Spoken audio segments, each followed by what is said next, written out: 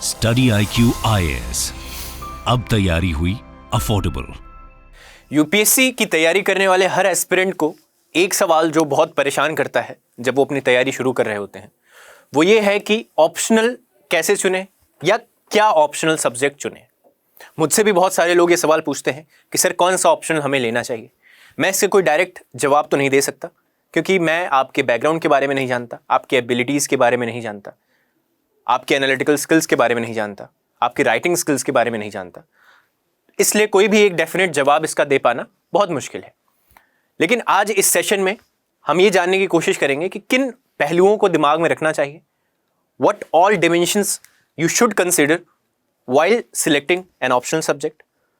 हम देखेंगे कि किन किन डिमेंशंस के ऊपर आपको अपने ऑप्शनल सब्जेक्ट को एनालाइज करना चाहिए, कैसे अपने ऑप्शनल सब्जेक्ट को सिलेक्ट करें, किन स्टेप्स को फॉलो करें। और हम ये भी देखेंगे कि कुछ गलतियां जो हमें बिल्कुल नहीं करनी है अपना ऑप्शनल सब्जेक्ट चुनते हुए। नमस्कार दोस्तों, मेरा नाम राघवेंद्र शर्मा है।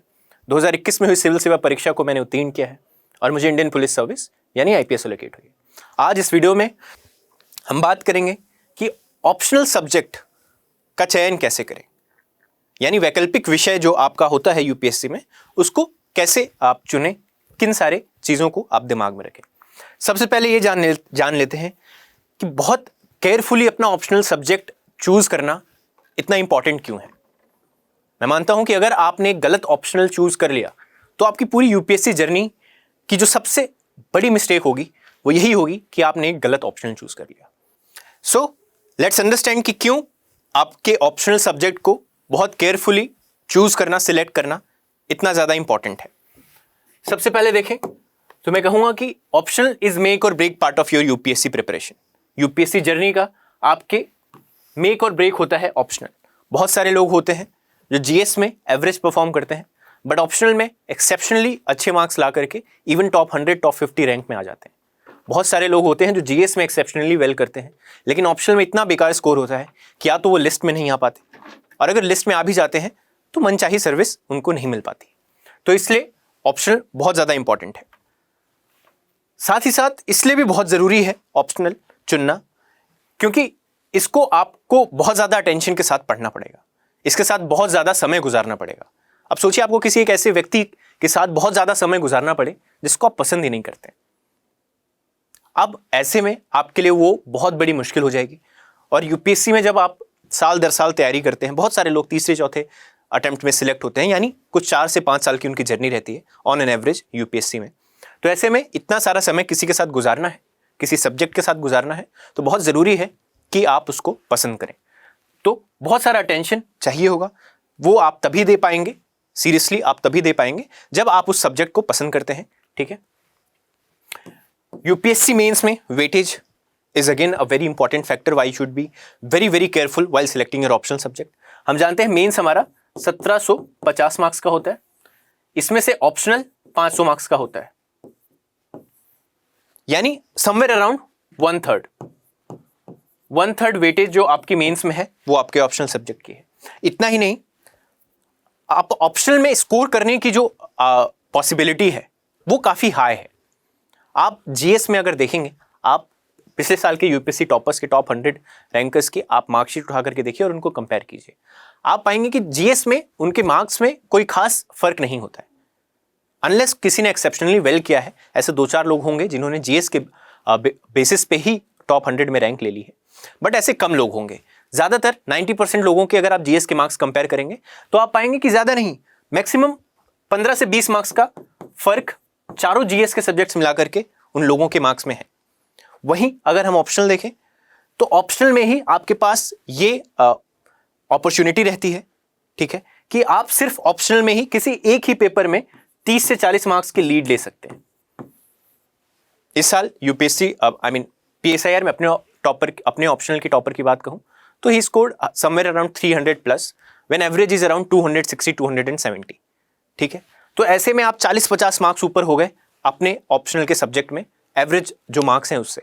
अगर आप इतनी लीड हासिल कर लेते हैं एक सब्जेक्ट में तो आपका सिलेक्शन ऑलमोस्ट कंफर्म है, गिवन दैट आपने जीएस में बहुत खराब ना किया हो या इंटरव्यू में बहुत खराब ना किया हो। तो इसलिए आपके पास ऑप्शनल में क्योंकि स्कोर करने की जो आई थिंक पॉसिबिलिटी है वो जीएस में जीएस के कंपैरिजन में कहीं ज़्यादा है, तो इसलिए भी बहुत ज़रूरी है कि ऑप्शनल आपको पसंद हो और ऑप्शनल अगेन आप उसमें स्कोर कर पाएँ, आपके अनुसार वो ऑप्शनल हो। और इन डेप्थ नॉलेज की ज़रूरत होती है। किसी चीज़ में इन डेप्थ पढ़ने के लिए उसमें इंटरेस्ट होना ज़रूरी है, ठीक है। आप किसी ऑप्शनल को आपके लिए तभी सही माना जाएगा जब आप दिलचस्पी के साथ उसको पढ़ पाएँ, उसमें अधिक समय दे पाएँ, ठीक है। अब हमें ऑप्शनल सिलेक्ट करते हुए किन चीज़ों को कंसिडर करना चाहिए। अगेन ये किसी मतलब मुझे ऐसा लगता है कि ये एकदम कंप्लीटली या एकदम सटीक एनालिसिस नहीं हो सकता है, बिकॉज ये बहुत सब्जेक्टिव चीज़ है। बट एक अगर इसको थोड़ा सा ऑब्जेक्टिव बना करके हम कुछ एक बेसिक चीज़ों की बात करें जिनको आपको ज़रूर कंसिडर करना चाहिए अपने ऑप्शनल सब्जेक्ट के चयन करते वक्त, तो उसमें सबसे पहली चीज़ मुझे लगता है इंटरेस्ट। मैं पर्सनली ये बिलीव करता हूँ कि इंटरेस्ट होना बहुत ज़रूरी है and this is the primary चीज़। अगर आपको बहुत इंटरेस्ट है, ठीक है, again this is not the only factor but this is one of the most important factors कि आपको उस सब्जेक्ट में जेन्युइन इंटरेस्ट होना चाहिए। आप ज़्यादा समय दे करके उस सब्जेक्ट को पढ़ पाएँ, उसके सब्जेक्ट को थोड़ा सा उस सब्जेक्ट में इन डेप्थ जाने में आपको दिलचस्पी आए, तो अगेन आपका इंटरेस्ट उस सब्जेक्ट में बहुत इंपॉर्टेंट है। ओवरलैप विद जीएस ये भी ज़रूरी है कि आप जो भी सब्जेक्ट को चुनें अगर वो जीएस के साथ ओवरलैप करता है। फॉर एग्जांपल अगर मैं पीएसआईआर की ही बात करूं तो जीएस 2 में इसका काफ़ी जो है काफ़ी कोरिलेशन है, ठीक है, काफ़ी ओवरलैप है जीएस 2 के साथ पीएसआईआर का। सोशियोलॉजी ऑप्शनल की बात करूं, सोशियोलॉजी ऑप्शनल अगेन आपको एसए में, एथिक्स में, जीएस 1 के सोसाइटी वाले पार्ट में, इन सब में आपको सोशियोलॉजी से काफ़ी मदद मिलती है। ऐसे ही और भी सब्जेक्ट्स हैं जिनकी जीएस के साथ ओवरलैप होता है। तो अगर ये है तो well and good. Again this is not the only factor. अगर आप मैथ्स भी लेते हैं जिसका कोई ओवरलैप नहीं है जीएस से, इट्स फाइन। मैथ्स लेकर के भी बहुत सारे लोग सिलेक्ट होते हैं, but while selecting this is one of the factors which you can consider. अगर आप बिल्कुल भी अभी किसी भी एक सब्जेक्ट को लेकर के श्योर नहीं है तो इन डायमेंशंस के ऊपर आप सोच सकते हैं। Past year trends in UPSC means उस ऑप्शनल कैसे परफॉर्म कर रहा है, या ये कहें कि वो ऑप्शनल कितना स्कोरिंग है, ठीक है, ये भी एक कंसिडरेशन मुझे लगता है ज़रूरी है। आइडियल तो ये है कि आप कोई भी ऑप्शन लें उसमें बहुत अच्छी मेहनत करें और बहुत अच्छे नंबर आप ले आएंगे। हर ऑप्शन में मुझे लगता है अच्छे अच्छे नंबर लोग लेकर के आते हैं। बट अगेन कुछ ऑप्शनल्स, ये भी कहना गलत नहीं है कि कुछ ऑप्शनल्स स्कोरिंग होते हैं, कुछ उतने स्कोरिंग नहीं होते हैं। ये ट्रेंड्स अगेन बदलते रहते हैं। एक थोड़े टाइम पहले ज्योग्राफी को बहुत स्कोरिंग माना जाता था, आज शायद उतना नहीं माना जाता है। इसी तरीके से हर एक ऑप्शनल का मुझे लगता है, अभी आप देखिए कि पिछले कुछ एक सालों से कौन से ऑप्शनल्स अच्छा परफॉर्म कर रहे हैं, और अच्छा परफॉर्म इन द सेंस कि एक सब्जेक्ट का हाईएस्ट और दूसरे सब्जेक्ट का हाईएस्ट कितना है। अगर दोनों ही सब्जेक्ट्स में लोग 300 प्लस भी ला रहे हैं, ठीक है, तो इट्स फाइन, मतलब फिर उनमें कुछ खास फर्क नहीं है। लेकिन अगर कोई एक सब्जेक्ट है जिसमें 300 प्लस लाने वाले 15 लोग हैं और कोई एक सब्जेक्ट है जिसमें 300 प्लस लाने वाला सिर्फ एक आदमी है, तो इसका मतलब ये वाला ऑप्शनल स्कोरिंग माना जाएगा। तो इस तरीके से आप एनालाइज कर सकते हैं कि कौन सा ऑप्शनल स्कोरिंग है। और मुझे लगता है कि आइडियल है कि ऐसा नहीं होना चाहिए, लेकिन ऐसा प्रैक्टिकली देखा जाता है कि कुछ ऑप्शनल्स ज़्यादा स्कोरिंग होते हैं when compare to others. But again this is not the only factor जो आप कंसिडर करें। कोई सब्जेक्ट जिससे आप जो स्कोरिंग नहीं माना जाता है उसमें भी कुछ एक लोग बहुत अच्छे नंबर ले आते हैं, ठीक है, तो आप भी वो कर सकते हैं। तो सिर्फ scoring again is not the only factor which you should be considering. इन सारे फैक्टर्स को कहीं ना कहीं आपको कंसिडर करना है, और इन सारे फैक्टर्स पे जो सब्जेक्ट आपको ज़्यादा अच्छा लगे आप उसको चूज कर सकते हैं। योर बैकग्राउंड, अगेन अगर आप किसी एक पर्टिकुलर बैकग्राउंड से हैं, आप इंजीनियरिंग बैकग्राउंड से हैं और आपको मैथ्स बहुत अच्छे से आती है, आपको इंटरेस्ट भी आता है और आपको लगता है कि उस सब्जेक्ट में आप काफ़ी सहज हैं, तो आपके लिए मैथ्स बहुत अच्छा ऑप्शनल है। अगेन आप अगर बीए बैकग्राउंड से हैं, आपने कोई ऑनर्स किया है, मान लीजिए इकोनॉमिक्स ऑप्शनल किया, इकोनॉमिक्स ऑनर्स किया है और आपको लगता है कि आप उसमें सहज हैं, आपको उसमें दिलचस्पी भी है, तो आप इकोनॉमिक्स को चूज़ कर सकते हैं। बैकग्राउंड डेफिनेटली हेल्प करेगा। अगर कोई एक ऑप्शन आप लें जिसमें आप 3 साल से पढ़ते आ रहे हैं, 4 साल से उस सब्जेक्ट को पढ़ते आ रहे हैं, तो वो आपको नया नहीं लगेगा और आपको कम समय लगेगा उसका सिलेबस तैयार करने में। वहीं अगर आप मान लीजिए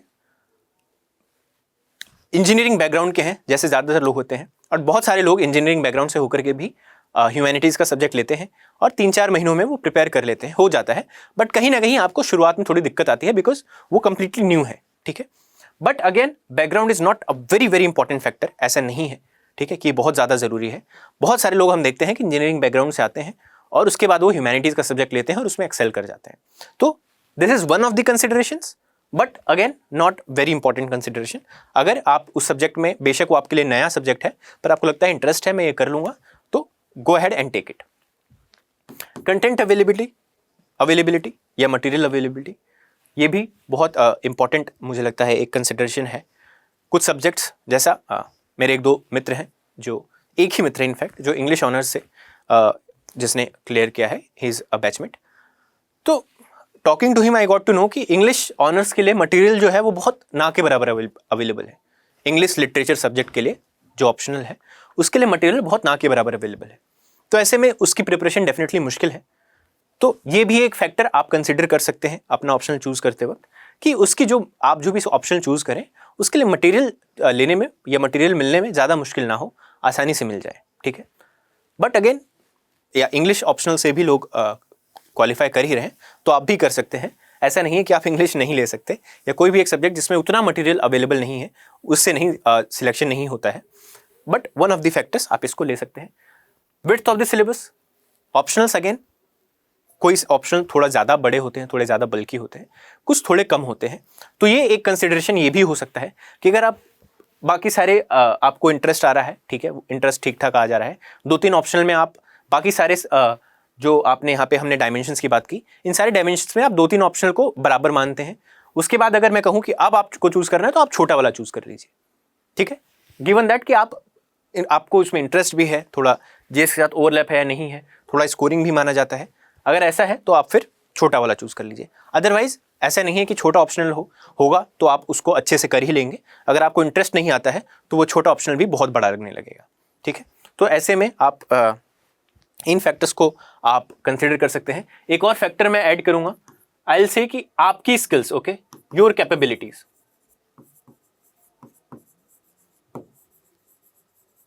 you must consider your capabilities, ठीक है। आप खुद को किन चीज़ों में अच्छा मानते हैं। बहुत सारे लोग होते हैं जिनकी राइटिंग स्किल्स अच्छी है, जो खुद को ह्यूमैनिटीज़ में अच्छा मानते हैं। अगर आपकी राइटिंग स्किल्स अच्छी है तो डेफिनेटली ह्यूमैनिटीज़ का कोई सब्जेक्ट, सोशियोलॉजी जैसा सब्जेक्ट या PSI सब्जेक्ट जैसा सब्जेक्ट में आपकी राइटिंग स्किल से आपको डेफिनेटली मदद मिलेगी। वहीं अगर आपकी राइटिंग स्किल ख़राब है तो कुछ एक टेक्निकल सब्जेक्ट्स जैसे एंथ्रो हो गया, ज्योग्राफी हो गई, इवन आप मैथ्स या साइंस के सब्जेक्ट जो भी हैं, आप उनको भी कंसिडर कर सकते हैं अगर आपको लगता है आपकी राइटिंग स्किल बहुत ख़राब है तो ये एक कंसिडरेशन भी हो सकता है कि आप खुद को कैसे एनालाइज करते हैं और आप किन चीज़ों को अपनी कैपेबिलिटीज़ मानते हैं। राइटिंग स्किल्स हो गया, कुछ लोग जो एनालिटिकल माइंडसेट के होते हैं, जिनको मेमोराइज करने में बहुत मुश्किल होती है, उनके लिए थोड़े टेक्निकल सब्जेक्ट्स अच्छे हैं। कुछ एक लोग जो जिनको मेमोराइज करने में उतनी दिक्कत नहीं है, बहुत ज़्यादा कॉन्सेप्ट्स नहीं पढ़ना चाहते, उनके लिए आपको ह्यूमैनिटीज़ का कोई और सब्जेक्ट ज़्यादा सूटेबल है। तो आप अपने हिसाब से उस चीज़ को आइडेंटिफाई कीजिए कि आपकी क्या कैपेबिलिटीज़ हैं। अब ऑप्शनल चुनना है हमें, हम लोग स्टार्ट कर रहे हैं तैयारी। तो क्या आपको कैसे शुरू करना है ऑप्शनल चुनना, या किन स्टेप्स को मुझे लगता है फॉलो करना चाहिए। पहला ये है कि अगेन यूपीएससी का नोटिफिकेशन देखना है। आप उसमें कुछ 27 के करीब ऑप्शनल सब्जेक्ट्स यूपीएससी देता है, ठीक है। आप उसमें से कुछ 4-5 चुन लीजिए। अगेन बहुत सारे ऑप्शनल उसमें ऐसे होंगे जिसके बारे में आपको कोई आइडिया नहीं होगा, आप उसको क्लियरली निकाल सकते हैं, उसको हटा सकते हैं। आप उसमें से कुछ 5-6 ऑप्शनल को शॉर्टलिस्ट कर लीजिए जिनमें आपको लगता है ठीक है, मैं इनके साथ फैमिलियर हूँ, या मैं जानता हूँ ये यूपीएससी में अच्छा करते हैं, या मुझे इनमें इंटरेस्ट भी होगा। तो आप ऐसे कुछ 5-6 ऑप्शनल को पहले ही शॉर्टलिस्ट कर लीजिए। उसके बाद आप सब NCERTs पढ़ेंगे, ठीक है, बेसिक GS पढ़ेंगे। उसके आधार पे आप देखिए कि आपको किन सब्जेक्ट्स में इंटरेस्ट आ रहा है। आप लोग NCERTs पढ़ेंगे, पॉलिटी की, हिस्ट्री की, ठीक है, एनवायरमेंट, इकोनॉमी, ज्योग्राफी, हर चीज़ के बारे में आप पढ़ेंगे, सोसाइटी। तो ऐसे में आप देखिए कि आपको किन 2-3 सब्जेक्ट्स में इंटरेस्ट आ रहा है। NCERTs पढ़ के GS के कौन 2-3 सब्जेक्ट आपको अच्छे लगे, आप उनको शॉर्टलिस्ट कर लीजिए, ठीक है। तो find out 3-4 such subjects that peak your interest. अब क्या करना है, उन 3-4 सब्जेक्ट्स के सिलेबस को डाउनलोड कर लीजिए और कुछ PYQs को डाउनलोड कर लीजिए, ठीक है। तो एक बार उन 3-4 सब्जेक्ट्स की प्रीवियस ईयर क्वेश्चंस देख लीजिए और उनका सिलेबस देख लीजिए कि इसमें क्या सारी चीज़ें आती हैं या क्या सारी चीज़ें पूछी जाती हैं। ये करने के बाद आप उसमें से शायद अब आप एक दो सब्जेक्ट्स को और अच्छे से आप पहचान पा रहे हैं, ठीक है। आप 3-4 से 1-2 सब्जेक्ट में ही कंफ्यूज हैं और आप इतना अपने जो कन्फ्यूजन थी उसको शॉर्टलिस्ट कर लिया है। अब ऐसे में आप टॉपर्स की वीडियोस देखिए, ठीक है, और वो उस सब्जेक्ट की एनालिसिस कैसे करते हैं, उसके स्ट्रॉन्ग पॉइंट्स, वीक पॉइंट्स कैसे वो आपको बताते हैं, उसकी तैयारी के बारे में क्या बताते हैं, कैसे प्रिपेयर करना है वगैरह, ये सारी चीज़ें आप देख लीजिए टॉपर्स की वीडियोस से। उसके बाद इन 1-2 सब्जेक्ट या 3 सब्जेक्ट्स के मैं एक चीज़ आपको ये ज़रूर सजेस्ट करूँगा कि इनकी कोई भी 2-3 सब्जेक्ट जो फाइनली आपके दिमाग में अब कन्फ्यूजन है, उनके 4-4, 5-5 टॉपिक्स ले लीजिए, कोई भी रैंडम टॉपिक्स उठा लीजिए और उनको उनका जो मटेरियल होता है गूगल जा करके गूगल पे रिसर्च कर लीजिए, यूट्यूब वीडियोस देख लीजिए, उन बेसिक 3-4 टॉपिक्स पे हर एक 3 सब्जेक्ट के लिए आप कीजिए। और फिर आप ये देख सकते हैं कि इनमें से मुझे किस में ज़्यादा दिलचस्पी आई, किस में मुझे पढ़ने में मज़ा आया, और इस बेसिस पे आप इतने सारे स्टेप्स को फॉलो करके कोई एक ऑप्शन को चुन सकते हैं। और जो भी आप चुन लें उसको just accepted that this is now your fate, ठीक है। एंड ऐसा नहीं होना चाहिए कि आप 2-3 महीने पढ़ने के बाद नाउ यू आर थिंकिंग कि यार कोई ऑप्शनल कोई और ले लेना था, है ना। सो एक केयरफुली आप ये सारे फैक्टर्स की बात, हमने बहुत सारे फैक्टर्स की यहाँ पे बात की, हमने स्टेप्स की बात की, क्या फॉलो करने चाहिए स्टेप्स आपको ऑप्शनल चुनते वक्त। तो आपको इन सारी चीज़ों को दिमाग में रखते हुए, इन सारी चीज़ों को फॉलो करते हुए अपने ऑप्शनल का चयन करना है। कुछ एक डॉन्ट्स की भी बात कर लेते हैं। ऑप्शनल चुनते वक्त कुछ लोग बहुत ज़्यादा विचार नहीं करते हैं, बिना विचार किए किसी ने कोई सजेस्ट कर दिया यार ये ऑप्शनल अच्छा है, इससे मार्क्स अच्छे आ जाते हैं, और वो ले लेते हैं। तो ऐसे में कुछ एक डॉन्ट्स जो आपको बिल्कुल केयरफुल रहना है कि इनके आधार पे तो ऑप्शनल नहीं चुनना है। वो क्या है? ऐसा कोई ऑप्शनल चुन लेना जो किसी टॉपर ने किया था। आप किसी टॉपर की वीडियोस देखते हैं, आप उनसे बहुत इंस्पायर्ड होते हैं और आपको लगता है कि यार इस टॉपर ने जो ये मेरे जैसा ही लगता है, मेरे जैसे ही बात करता है, तो इसने जो ऑप्शन लिया था मैं भी वही ऑप्शन ले लेता हूँ, ठीक है। बहुत सारे लोग होते हैं, ऐसा भी होता है कई बार कि आपकी जान पहचान में कोई टॉपर है या आपकी जान पहचान में कोई है जिसने यूपीएससी मेंस निकाला है, कुछ निकाला है, आप उससे बात करते हैं, वो अपने ऑप्शनल को लेकर के आपको इन्फ्लुएंस कर देता है और आप बिना सोचे समझे आप वो ऑप्शनल चुन लेते हैं, बिना ये सारी चीज़ें देखे कि और क्या ऑप्शंस क्या हैं आपके पास और सब्जेक्ट्स में, उनके सिलेबस देखना, उनके प्रीवियस ईयर क्वेश्चंस देखना, उनकी टॉपर्स वीडियोस देखना, ये सब एनालिसिस किए बिना आप डायरेक्टली स्किप कर देते हैं और आप डायरेक्टली उसके कहने पे, उनके कहने पे एक ऑप्शन चुन लेते हैं। ऐसा कतई नहीं करना है। सिर्फ इसलिए कोई ऑप्शनल चुन लेना कि उसको शॉर्ट माना जाता है। एंथ्रो एक ऐसा ऑप्शनल है जो मैं मानता हूँ जिसको कहते हैं कि काफ़ी थोड़ा शॉर्ट है as compare to other optionals, और उसको थोड़ा शॉर्ट टाइम में आप प्रिपेयर कर सकते हैं। सिर्फ इसलिए अगर आप एंथ्रो ले लेते हैं और आपको इंटरेस्ट नहीं है या चीज़ें समझ में नहीं आ रही हैं, तो आपके लिए वो लॉन्ग ऑप्शनल हो जाएगा। क्योंकि इंटरेस्ट होगा तो आप जो ऑप्शनल 6 महीने में होता है उसको 5 महीने में कर देंगे, लेकिन अगर इंटरेस्ट नहीं होगा तो जो ऑप्शनल 3 महीने में हो जाना चाहिए था उसको भी आप 5 महीने में ही करेंगे, तो बात बराबर हो जाती है। तो किसी ऑप्शनल को सिर्फ इसलिए मत चुनिए क्योंकि वो शॉर्ट है। सिर्फ इसलिए भी कोई ऑप्शनल चुन लेना क्योंकि वो स्कोरिंग माना जाता है। और ये एक बहुत कॉमन ट्रेंड है जो यूपीएससी एस्पिरेंट्स में देखा जाता है कि किसी एक साल कई सारे टॉपर्स टॉप 100 में कई सारे किसी एक पर्टिकुलर ऑप्शनल के निकल जाए, तो अगले साल उस ऑप्शनल की कोचिंग में जो एडमिशन्स हैं वो एकदम स्काई रॉकेट कर जाते हैं, ठीक है। तो इसलिए भी आप किसी ऑप्शनल को ना चुनें क्योंकि वो स्कोरिंग माना जाता है या आपको लगता है इससे सिलेक्शंस बहुत ज़्यादा होते हैं तो हम ये ऑप्शन ले लेंगे तो हम भी इससे चुने जाएंगे। मे बी वो ऑप्शनल आपके लिए सही ना हो, ठीक है। और एक गलती और ये कि हम हमेशा ये डरना कि यार ये सब ऑप्शनल हमारे लिए नया है, तो इससे अच्छा ये ऑप्शन जो सब्जेक्ट हमने ग्रेजुएशन में पढ़ा है वही चुन लेते हैं, बेशक इंटरेस्ट नहीं है तो क्या वो पढ़ लेंगे। ऐसा भी नहीं करना चाहिए।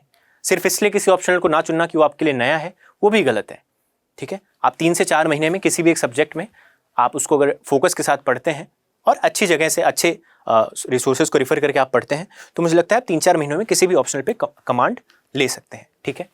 बट सिर्फ इसलिए ना छोड़ें या किसी ऑप्शनल को इसलिए, अगर आपको इंटरेस्ट भी आ रहा है पर आपको लगे यार पूरा नया है, इतना सब नया नया पढ़ना पड़ेगा, मैंने इकोनॉमिक्स ऑनर्स किया है तो इकोनॉमिक्स ही ले लेते हैं, उतनी दिलचस्पी तो नहीं है लेकिन जाना पहचाना सब्जेक्ट है, तो ऐसा ना करें। बहुत बल्कि ऑप्शनल है इकोनॉमिक्स, राइट। अगर आपको इंटरेस्ट नहीं है तो वो झेलना मुश्किल हो जाएगा। एक और चीज़ मैं सजेस्ट करना चाहूँगा, इसी में बात करते हैं कि क्या चीज़ों को कंसिडर करना चाहिए। इसमें एक और चीज़ मैंने मिस कर दी और वो मैं आपको कहूँगा कि डायनामिज्म, ठीक है। एक इस चीज़ को भी आप डेफिनेटली कंसिडर कर सकते हैं ऑप्शन को चुनते वक्त कि बहुत सारे सब्जेक्ट हैं जैसे हिस्ट्री हो गया, ज्योग्राफी हो गया, ठीक है, जिसमें डायनेमिज्म बहुत कम है या करंट अफेयर्स का रेलिवेंस बहुत कम है। हिस्ट्री में अगेन आप हड़प्पा सिविलाइजेशन में कोई करंट हैपनिंग तो नहीं हो रही है, तो ऐसे में वो सब्जेक्ट्स मुझे लगता है थोड़े आसान है। मैं PSIR ऑप्शनल वाला हूँ, हमारे दोनों ही पेपर्स में करंट वाला पोर्शन भी काफ़ी हो जाता है, और वो क्योंकि हर साल आपको उसको नए तरीके से तैयार करना है। बहुत सारी नई हैपनिंग्स हो गई हैं, बहुत सारी नई डेवलपमेंट्स हो गई हैं देश और दुनिया में, तो आपको उसको अलग तरीके से तैयार करना पड़ता है हर साल। वहीं कुछ एक optional again history, geography, maths, इसमें करंट का कोई लेना देना नहीं है। एक बार ये तैयार हो गए तो आप 2-3 अटेम्प्ट कितने भी लगें आपको, बस वही चीज़ें करते रहना है और वो आसान हो जाता है करना। तो ऐसे में एक ये चीज़ मैं आपको बताना भूल गया था। So that's it from my side. हमने कई सारी चीज़ें देखी कि ऑप्शनल चुनते वक्त अगेन कि सबसे पहले कि ऑप्शनल सही तरीके से ऑप्शनल चुनना या ध्यान से ऑप्शनल चुनना ज़रूरी क्यों है, क्या सारे फैक्टर्स को कंसिडर करना चाहिए ऑप्शनल चुनते वक्त, क्या स्टेप्स को आप फॉलो करें, कैसे ऑप्शनल को फाइनलाइज करने से पहले किन चीज़ों को आपको ज़रूर करना चाहिए, और कुछ एक चीज़ें जो डोंट्स हैं ऑप्शनल चुनते वक्त। सो आई होप कि आपको अपने ऑप्शनल चुनने में थोड़ी सी मदद मिली हो इस वीडियो से। इसके अलावा if you have any other doubts regarding optional और any other topic, so this is my Telegram channel Raghavendra IPS. You can go there and in the comments you can leave your doubts. I try to address as many doubts as possible. So this was it from my side. I hope it was of some help to you. Thank you and Jai Hind. Study IQ IAS. अब तैयारी हुई affordable.